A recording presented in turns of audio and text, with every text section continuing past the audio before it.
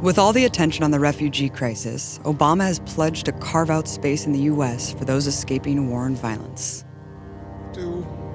Each of us do our part, and the United States has to step up and do its part. Platitudes aside, there's already a humanitarian crisis at America's doorstep. Due to extreme poverty and violence across Central America, there's a massive number of people fleeing for their lives.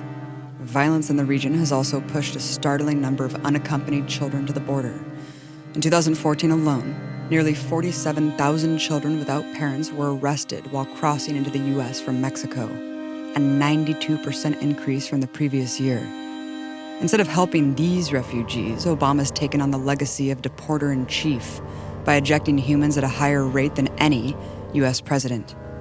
During the first 5 years of his term, Obama oversaw the deportation of 2 million people, more than Bush's entire tenure.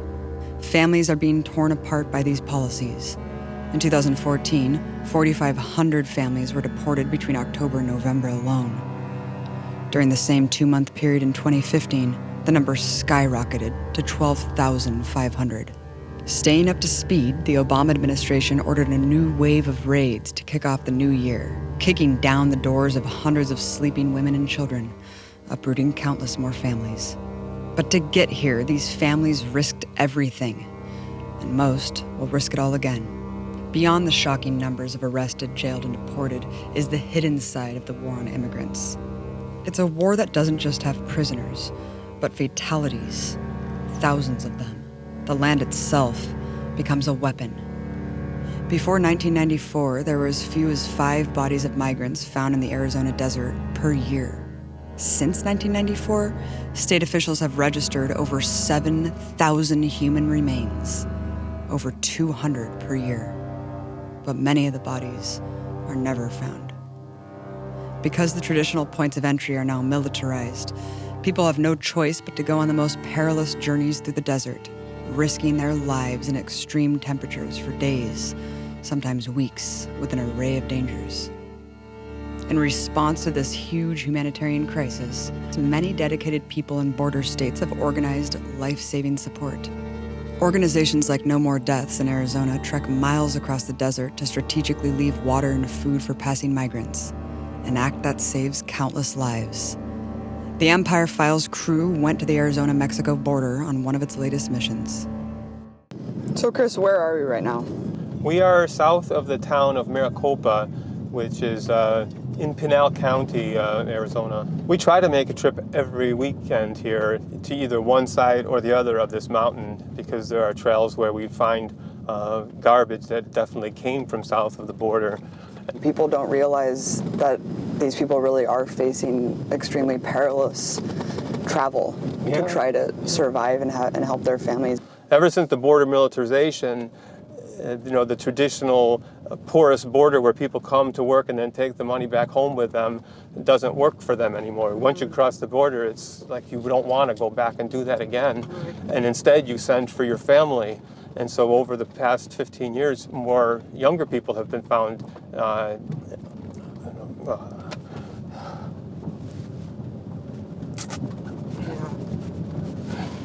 One of my friends who got a ticket for littering, the first one that I know of, found a 14-year-old girl.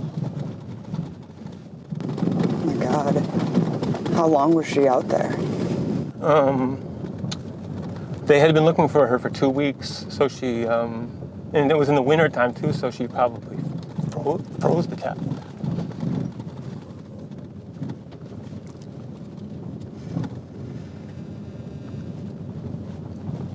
And we have a monument there where they found her.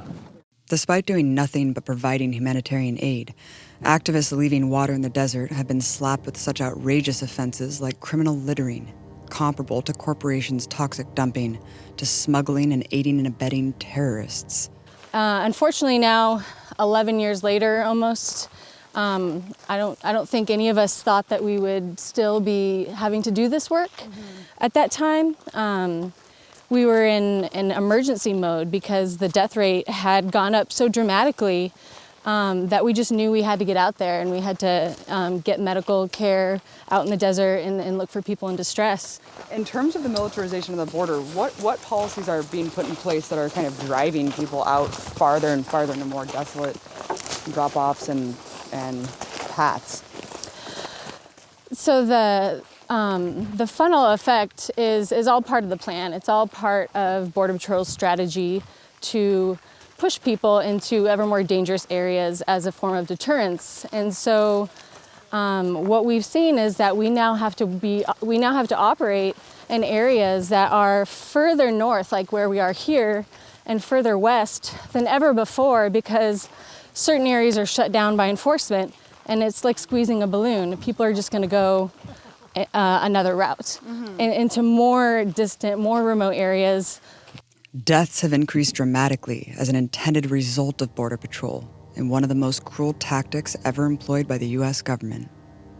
Border Patrol settles itself strategically across the border to force migrants onto the most dangerous, death-defying routes. In its own internal document from 1994 laying out this strategic vision, it says, "The prediction is that with traditional entry routes disrupted, illegal traffic will be deterred or forced over more hostile terrain. Crossing through remote, uninhabited expanses of land and sea along the border can find themselves in mortal danger. The inhumane logic is that death will be the deterrent, that if enough people die in the desert, the horror stories their mourning families will spread will scare people from coming altogether." Unfortunately, all we've seen is all death and no deterrence. And so in a lot of ways, that policy is successful. It's done exactly what it was meant to do, and it was set out to force people through dangerous areas and to use the desert as a graveyard. Yeah. And then if you get through, then you can come and, and work for little pay and be exploited by employers in the U.S., but that's if you get through the gauntlet. In such brutal conditions, water is heavy to carry and runs out quickly.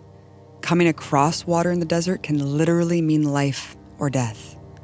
No More Deaths looks for clues for migrant routes to hide water, such as clothing like the shoes in a backpack we found on the third site we went. Messages of encouragement are written on the bottles. They must be strategically placed so it could be seen by passing migrants, but not too obvious that it could be noticed by Border Patrol or militias, who go out of their way to vandalize and destroy the water, an utterly heinous act, knowing it results in death. We definitely see an increase when there's more militia in the area, vigilantes, or even hunters during that season. But then when it comes down to it, we know that it's Border Patrol sometimes. They have a memo from their supervisor, from the chief, that they shouldn't vandalize humanitarian aid supplies. We know that it definitely happens.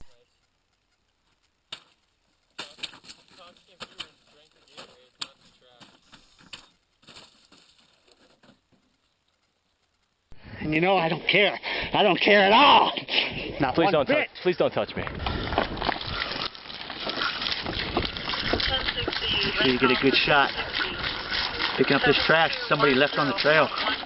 It's not yours, is it? All you have to do is tell me, is it yours?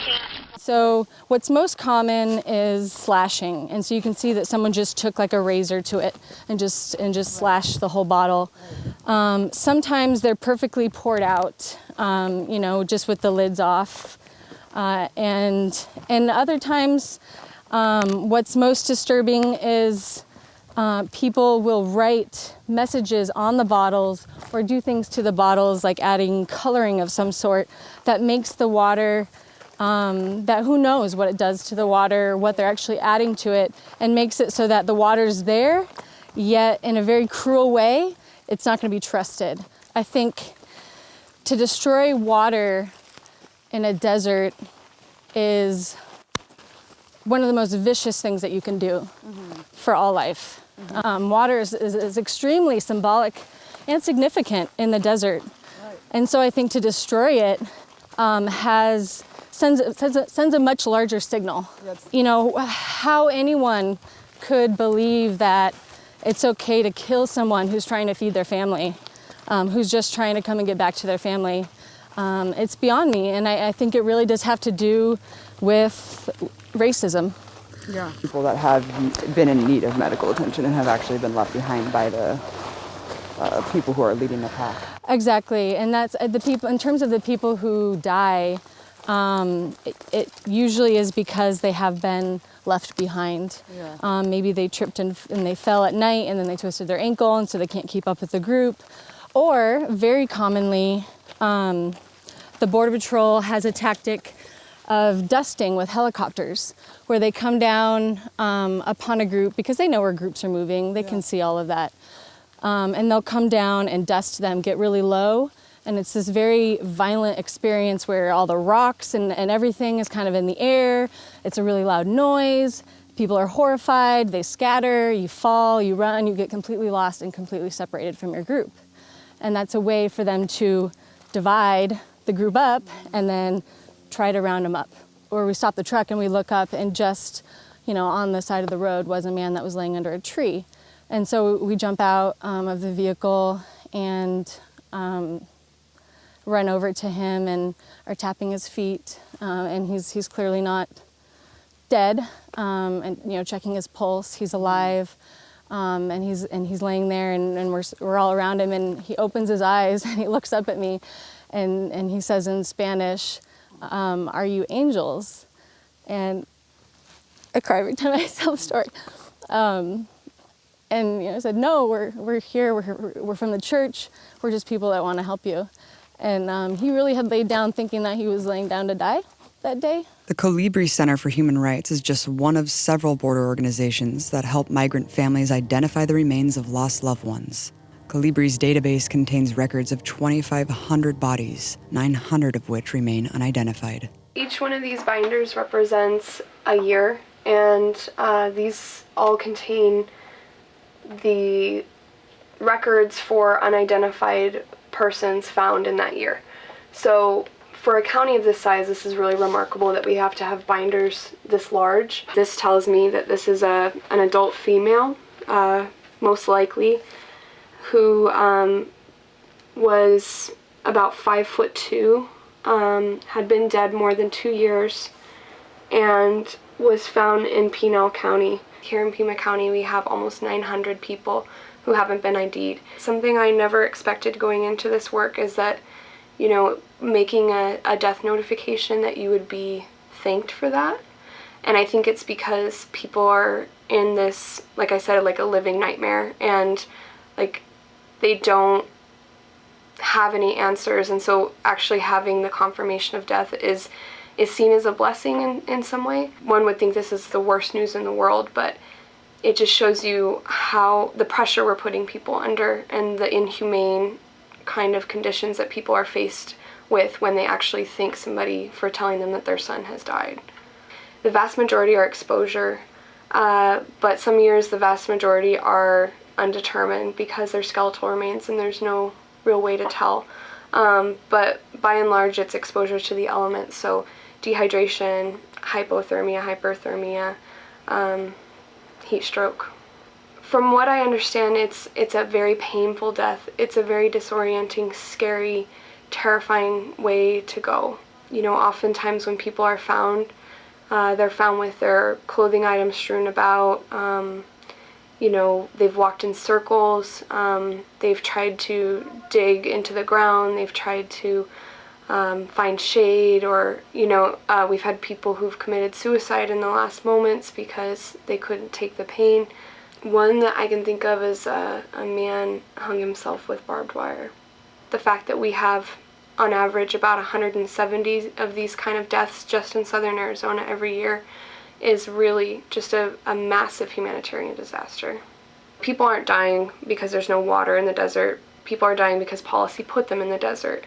Many fighting for their lives in the desert are picked up by Border Patrol to be jailed and dumped back across the border. The first place they encounter in Nogales, Mexico is El Comedor, a place that provides a meal and some dignity to migrants freshly ejected from the U.S. Their stories are harrowing. Yanette was just released from a private prison in Arizona and deported to Nogales, where she awaits her husband. She has no money and no way to communicate with him. Un día y una noche, pero sin parar. Pues él, al llegar yo a la carretera, él llamó al levantón, pero llegó primero su levantón de él, se fue y no dejó. Tanto sufrimiento, caminé mucho. ¿Y agua? ¿Tenías agua y comida? Ya se me había acabado. Mi esposo me la daba toda porque yo no tanto la aguantaba. Dolor de mi pie, donde las caminadas quedaba, que no aguantaba, pero a veces no aguantaba, mi esposo me cargaba, todo me hacía. Ya faltamos 2 horas al llegar a la carretera, pues, porque todo el tiempo caminé y ya, verdad, ya no aguanté y me desmayé. Y mi esposo, pues, ahí pues se asustó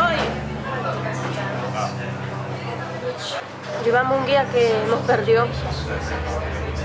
Era un niño de 17 años y nomás nos fue a entregar con la migración. Entramos y ahora al caminar nos vio la revisión y ya los 2 guías dijeron corran. Corrimos, nos echamos a perder. Ahí lo agarraron, anduve 3 días perdida. Y ya después no aguantaba porque no llevaba agua, no llevaba comida. Me entregué y me llevaron a migración. Tuve 5 días en la hielera con mucho frío, en el piso. Yo le decía que me lastimaban las cosas de mis placas, de mi pies. Me dijeron que no, que era seguridad para él. Racist, hysterical media coverage paints immigrants as a threat, as violent criminals who want to come to this country to steal its benefits and take good jobs. The truth is that 75% of the people attempting to enter the U.S. are already integrated into the economy and community, having already worked here for an average of 9 years. Half have a family member that's a U.S. citizen, and 1 out of 5 migrants surveyed had a child with U.S. citizenship under the age of 18.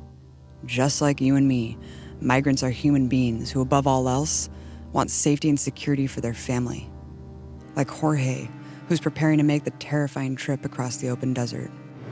Soy nacido de allá, quiero cruzar para Estados Unidos por mis 2 hijos que dejé allá en Estados Unidos. Nosotros llegamos aquí hasta con miedo, llegamos y con la gente que hay aquí, nosotros no lo conocemos y llegamos hasta con miedo aquí. Y todo pregunta dónde vas y qué indicas y tanto pregunta ellos y no sé por qué ellos quieren saber de eso.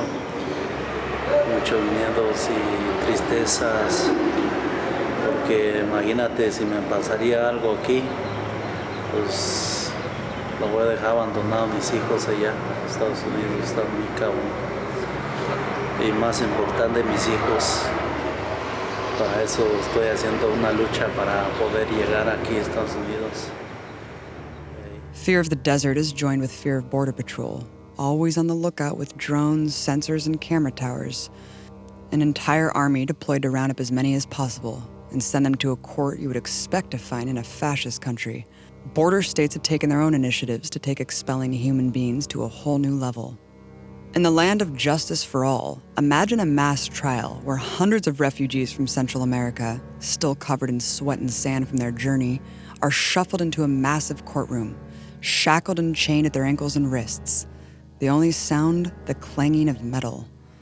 A judge tries upwards of 80 of them at a time. Assembly line style, they rotate from the pews to the stand to hear their charges for the first time, enter a plea, and receive a sentence, all within around 30 seconds each. Texas Federal District Court Magistrate Judge Bernardo Velasco bragged to the media about his personal record, sentencing 70 immigrants within 30 minutes. Then they're all shuffled away on up to 180-day sentences straight into a private, for-profit prison, where corporate jailers pocket around $120 a day per prisoner. The mass trials give them close to 100 new bodies per day, per courtroom. This is Operation Streamline.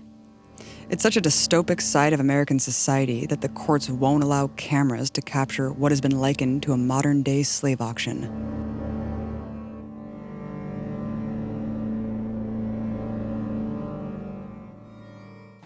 Do each of you understand the rights you're giving up, the charges against you, the maximum penalties of those charges, the consequences of pleading guilty, and the terms of your written plea agreement? Mr. Cordero? Sí. Yes. Mr. Gregorio? Sí. Yes. Mr. Catalan?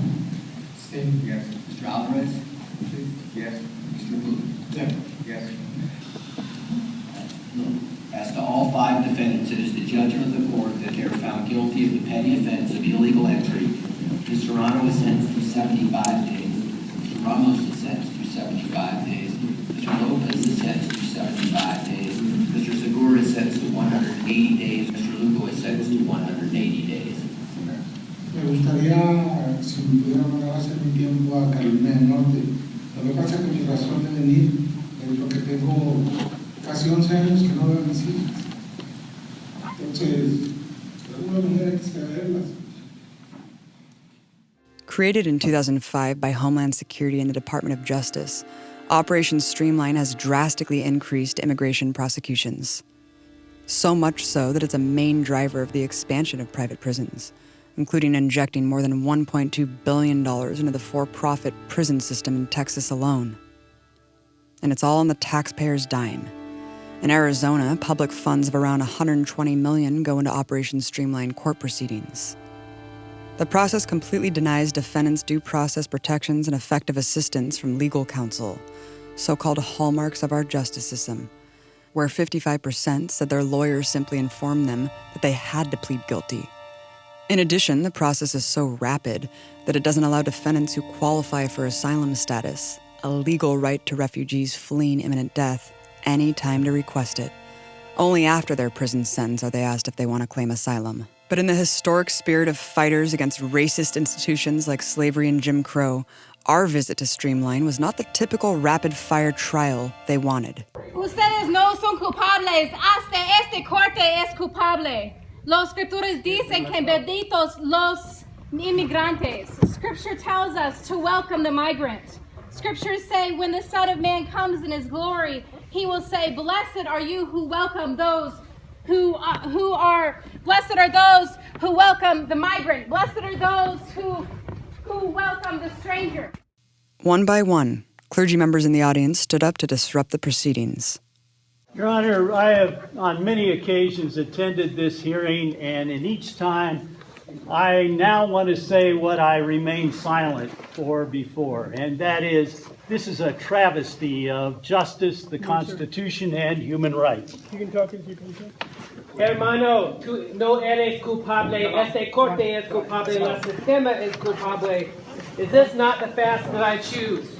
To loosen the chains. It's a little rough. The Lord defends the cause of the fatherless and the widow. He loves the foreigners residing among you, giving them food and clothing. You are to love those who are foreigners, for you yourselves were foreigners. The mass kangaroo court has little impact on migration at all. Most everyone jailed and deported under Streamline will make the life-threatening trek through the desert all over again. Only a quarter sent to jail say they won't try to return. Who knows how many expelled by these courts will end up just another body in the graveyard at our border. And the only way to end this humanitarian crisis is unearthing the real causes. The Empire's mass roundups and deportations of immigrants from Mexico is focused most intensely in lands stolen from Mexico. Those who die in the desert do so to get to a place once under the Mexican flag. Mexico's territory once stretched the southwest of what is now the United States, so large it covered what is today Texas, Arizona, Utah, Nevada, New Mexico, and California. Over 30,000 Mexicans lived in the area that is now New Mexico. Previously colonized by the Spanish Empire, the Mexican people won hard-fought independence in 1821. But anytime one empire is driven out, the vultures of another one began circling the newly freed nation. For manifest destiny marching west, Texas became the first battleground in the U.S. expansion in 1935.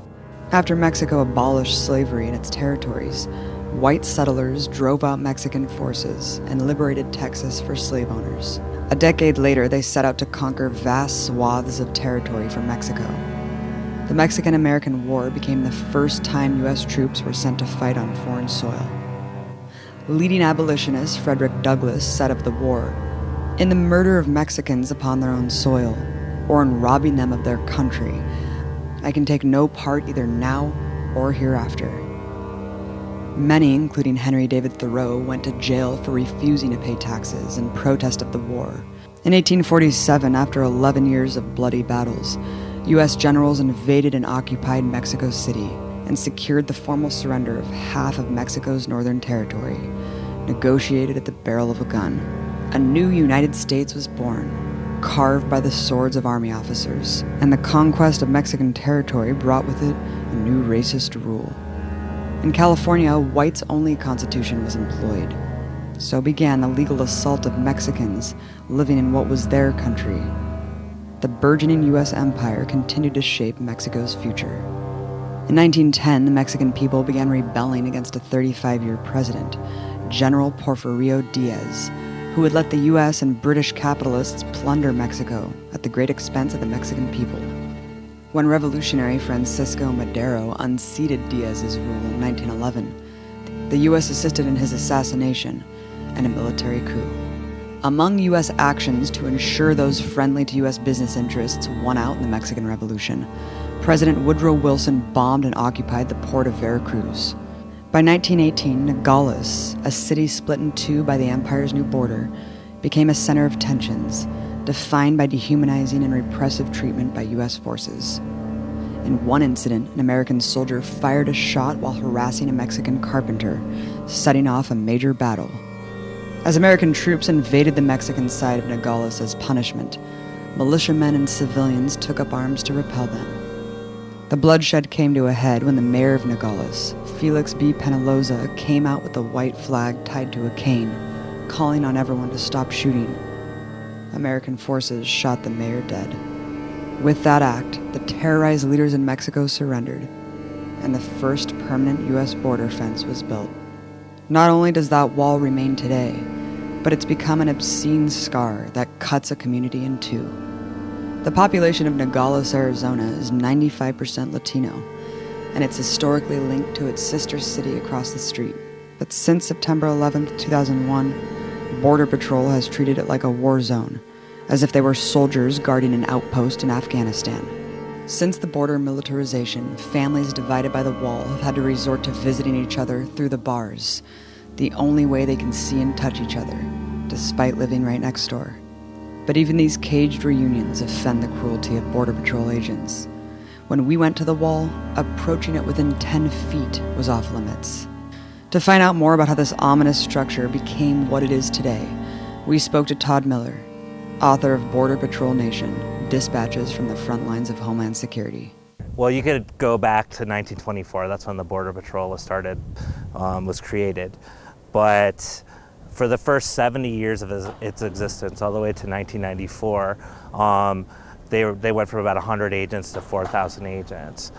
This wall that we're looking at right here did not exist. It was a chain link fence. There's a lot of holes in it. There wasn't the technology that you see today. And then in the mid-1990s, actually this wall that is right behind us was constructed in March of 1994. And for those, many people know that's 2 months after the implementation of the North American Free Trade Agreement. We have made a decision now that will permit us to create an economic order in the world that will promote more growth, more equality, better preservation of the environment, and a greater possibility of world peace. The initiation of NAFTA in 1994, pushed under the guise of a free trade partnership with Mexico that would bolster the economy and curb immigration, did just the opposite. Heavily subsidized U.S. crops flooding in drove production down and consumer prices up. New corporations dominating the market collapsed small businesses across the country. Sweatshop labor surged. 28,000 small and medium-sized Mexican businesses were destroyed in NAFTA's first 4 years. The The price of corn, Mexico's main staple, fell by 66%, ejecting at least 2 million small farmers from their land, forced to migrate north in search of life-sustaining work. NAFTA's model of neoliberal development forever stunts Mexico's food independence. In post-NAFTA Mexico, 42% of the food consumed comes in from abroad. As a result of this terrible policy, about 22 million Mexicans in a country of 122 million live in food poverty. The number of undocumented immigrants coming to America has increased a dramatic 185%, from 3.9 million in 1992 to 11.1 million in 2011. What was called Operation Hold the Line, Operation Gatekeeper, and here Operation Safeguard were these three, operations that were put into place along the 2,000-mile U.S.-Mexico border right at the implementation of NAFTA in anticipation of this upsurge of immigration to then seal off the border in places that were traditional crossing places. Before 9/11, there were 9,000 Border Patrol agents working America's border, but newly minted DHS funds have pumped it up to the largest law enforcement agency in the U.S., with about 46,000 agents. Under President Clinton, the funds for Border Patrol exponentially increased, skyrocketing under the Obama administration. Now, the annual budget stands at an insane $12.4 billion. What kind of technology was concentrated here at that time? It first started with the wall, of course, and then there's camera posts that they would put along the border. You can see them, maybe every kilometer or half a kilometer. They're implanted motion sensors. So we could be standing on an implanted motion sensor right now as we talk. We might be triggering it, and it will beep in a Border Patrol station a couple miles away from here. There's 12,000 motion sensors implanted right now below the surface along the U.S.-Mexico border, but also inland as well. They're, all kinds of sophisticated cameras, not just night vision cameras, body thermal energy cameras. It's kind of like there's a technological, I would call it a fortress to accompany this increase in personnel. What is the Pentagon's strategy of low-intensity warfare, and how does it apply here at the border? This is being applied on the border, essentially treating the border as a war zone, right? Where there's no war. There's no war here. So in a sense, one of the big aspects of such a low intensity war doctrine is the creation of fear, and you can see that all around. Like just this wall alone behind us creates a sense of fear, right? Like if a child sees a wall, a child thinks, well, what's on the other side of the wall? There must be something bad on the other side of the wall. There must be something we must fear on the other side of the wall. And this idea of good and bad, innocent, criminal, non-terrorist, terrorist, all this dichotomy is created. And so what we have here is kind of this war, this creation of a low-intensity war zone under what is called a prevention by deterrence strategy. The strategy of death by deterrence is perhaps most prevalent in the Sasabe Corridor, otherwise known as the Corridor of Death, where smugglers opt to bring migrants to evade Border Patrol.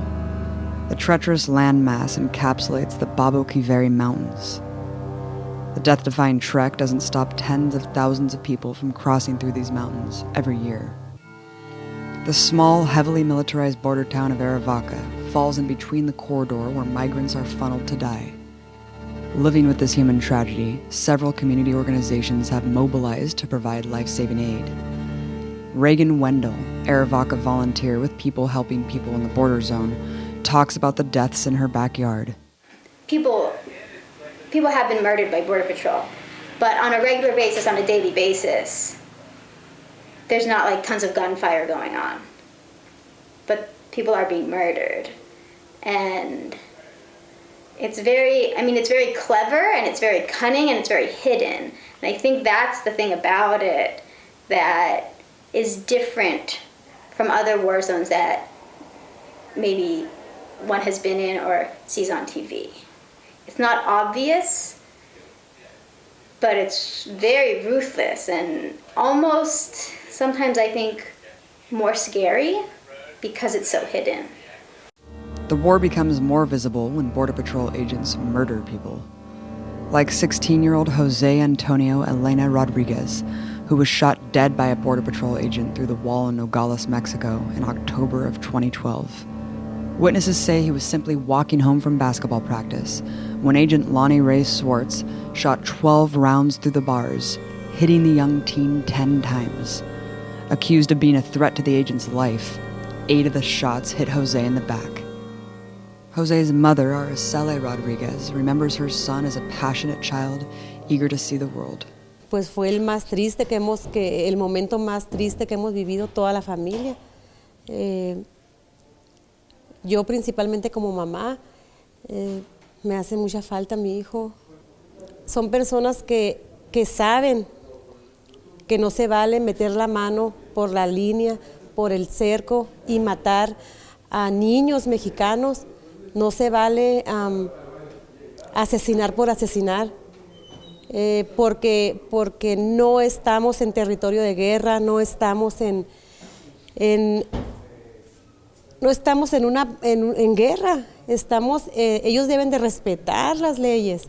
Se supone que por eso hay leyes. Ellos no tenían ningún derecho, ningún motivo para matarlo de esa manera. Yo siento que las personas que decidieron juzgarlo es porque saben que es culpable.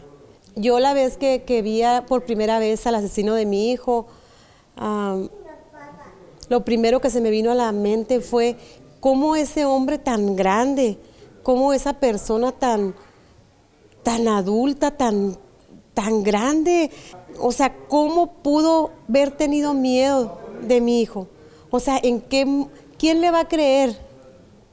O sea, apenas, ¿quién le va a creer a esa persona que su vida estaba en peligro? O sea, ¿cómo?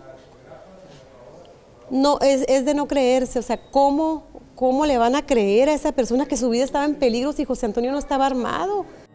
Swartz tried to claim his life was in danger, then tried to avert charges based on constitutional immunity. But relentless grassroots pressure wouldn't let him get away with murdering a child, and forced his indictment. The first officer to be charged with a cross-border shooting in U.S. history. One fact about the incident that Lonnie Swartz couldn't lie away was that he emptied his clip, reloaded, and continued shooting at Jose's collapsed body, an act incomprehensible to justify as anything other than an execution. But dozens of other families who have lost loved ones at the hands of Border Patrol haven't seen a sliver of justice. Since 2010, border agents have shot and killed at least 28 people. In 9 of the killings, Border Patrol justified lethal force by accusing the victims of throwing rocks. Hard to understand the threat considering the rock would have to be launched over a 50-foot high wall to get near anyone. In a review of 67 shootings, it was found that Border Patrol used a tactic of intentionally stepping in front of moving vehicles to justify shooting the driver. Not a single known plaintiff in a wrongful death case against a CPD agent has won a favorable judgment by a judge or jury. In the one case with a trial judgment, the judge found that CPD agent acted in self-defense. It's not just unaccountable murder, it's rampant brutality and sexual assault. In 2014, CPD officer Esteban Manzanares kidnapped and brutally raped 3 Honduran women who were flagging him down for help. He was only caught because one of the women escaped to authorities, bloodied and bound. From theft to drug trafficking, the engorged federal agency has become notorious for unchecked abuse and corruption. Between 2005 and 2012, nearly 1 CPD officer was arrested for misconduct every single day. It's not just Border Patrol migrants have to worry about, but the U.S. Army itself. Thousands of National Guard and active duty military serve anti-immigrant deployments on the border. Last year, 1,000 National Guard soldiers were deployed to a single valley, ordered to stay indefinitely. Moreover, there are hundreds of unofficial enforcers, paramilitary, fascist militia, with body armor and assault rifles, who hunt refugees at the border. This is the Minuteman Project on steroids. We've got people with assault weapons. We will use lawful, deadly force where appropriate. In 2014, there were 22 known armed militia organizations with regular patrols in the Southwest. There are multiple incidents of militiamen opening fire on unarmed migrants, killing them with impunity. All soldiers and border patrol's imaginary, one-sided war. Communities live in constant fear of border patrol, and under the shadow of the looming wall separating generations of families. Students we met from Mexicayotl Academy in Nogales talk about their dystopic reality. It's sad to know that because of a border, my family and I are separated, and that I can only go see them in occasions when I could have them here next to me every day. The U.S. Is supposedly buying new technology from the Israelis, so they're gonna establish it so Mexicans won't cross, to protect the U.S. They call it virtual fence. Well, that makes you know that no one's safe. You could just be walking by the street here, and then suddenly a border patrol could say, "Oh, you're smuggling drugs." Boom.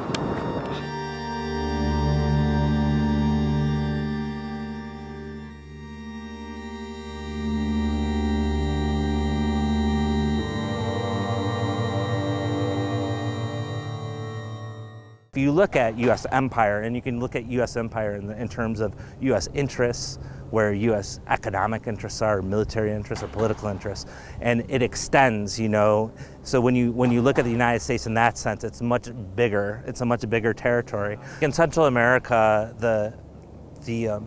is a perfect example, and there's so much immigration is coming from Central America, but it's a perfect example of economic policy and militarization coming to a head, like Guatemala, United Fruit.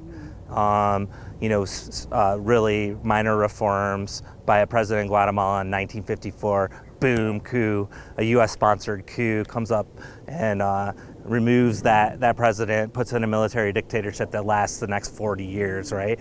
The war in Guatemala, the kind of what they call a civil war, armed conflict, is very much defines this kind of imposed economic system and militarization system that the U.S., is very much a part of.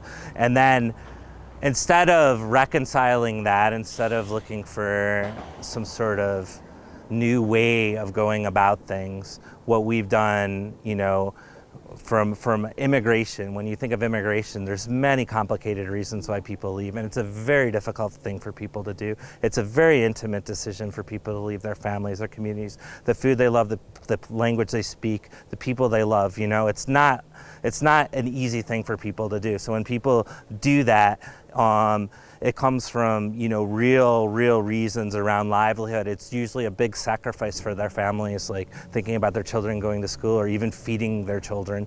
And so for the reaction to be like, for people coming north to build these walls and make their journey like very deadly, because of socioeconomic reasons and reasons of intense sacrifice normally for the families is something like, it's really kind of mind-blowing that this is happening, but it is. Here it is, and one of the reasons it does happen is because it's almost like the U.S. public is conditioned to think that this is protection, right? We're being protected by some sort of bad person or bad people that are out to get us, to steal things from us and whatnot. And the reality of the situation, it's the exact opposite. The United States, by its policies, have gone into places, stolen resources from people in many different cases, made it life really difficult for people to live, and then they migrate to the United States. Hay leyes que dan libre tránsito a las cosas, pero marginan a las personas. Como hay tratados para aligerar las fronteras y puedan haber cruces rápidos, muy seguros para las cosas. Y como esos gobiernos que quieren esas leyes para las cosas de que se faciliten y puedan ir de una parte a otra con toda la facilidad, ellos mismos son los que ponen muros y hacen leyes que impiden el libre tránsito de los hombres y mujeres de nuestras comunidades. Ellos mismos provocan la expulsión de los pueblos. Ellos provocan esta migración que se da hoy, que es una forma de esclavitud moderna. The economic devastation by NAFTA would have caused a refugee crisis on its own, but the empire's dirty wars across Latin America, in places like El Salvador, Guatemala, and Nicaragua, have compounded it. The US government has puppeted the most brutal dictators and death squads, only to deport the people fleeing the violence they created, even when deportation means death upon return. When the US government wasn't waging war on populist movements, it was using drugs as the premise for military intervention. In Mexico, the bogus war on drugs has exploded to horrific proportions, where warring cartels and drug lords terrorize communities with near impunity. Between 2001 and 2014, there were more than 164,000 murders. U.S. drug policy that helped drug lords grow powerful, and Mexico's heavy violence to regulate them, is responsible for the blood-soaked crisis that so many are fleeing today. The big lie by the empire's rulers is that they don't want undocumented immigrants. See, in 2012, undocumented workers paid $11.8 billion in taxes, while the world's biggest corporations paid zero. But it goes far beyond money reaped from taxes. If all 11 million undocumented immigrants were removed from the US today, it's estimated that the GDP would decline by a whopping $1.6 trillion. Businesses with undocumented workers make bonus profits by paying less than minimum wage and averting all standards for benefits and working conditions. Some industries survive off them primarily. The most profitable sector of the economy, agribusiness, uses more than 70% immigrant labor. About half are undocumented. And the use of undocumented labor allows the big capitalists to keep wages low across the board for all people who work in the US. The reality is, the entire unjust, draconian system against immigrants could be ended sensibly by granting legal rights to everyone working in the US. It's not without precedent. I believe in the idea of amnesty. In 1986, sweeping amnesty was granted under Reagan to nearly 3 million undocumented workers. And as Bloomberg Business reports, more than 2 decades of research show that the 1986 law raised wages and helped lift the economy. The empire needs its millions of undocumented, but it also wants a heavy hand to keep these super exploited workers from standing up. They make easy scapegoats, too, when politicians have no other answers for the problems they've created. But all of the assault rifles, chains, and prisons can't hold back the tide of justice. Since the election of Obama, undocumented youth have led the movement against deportations and raids. With so much at stake for getting arrested, they've carried out civil disobedience actions across the country that have blocked ICE buses and streets. They do so under a brave slogan: undocumented and unafraid. But immigrants' true power was demonstrated most on May 1st, 2006, when they led the largest protest ever in U.S. history. 2 million took to the streets in response to a new anti-immigrant law. Millions more participated in a nationwide strike. A wave of actions shook the country for months. Big business in Washington are well aware of the sleeping giant in the U.S. economy. The people who they exploit, attack, and round up are the ones with the most power to change the system. In a country divided by a wall of racism, there are 2 sides. One that stands against the vicious injustice by a government that creates misery, then punishes its victims, and the other that will die in the dustbin of history.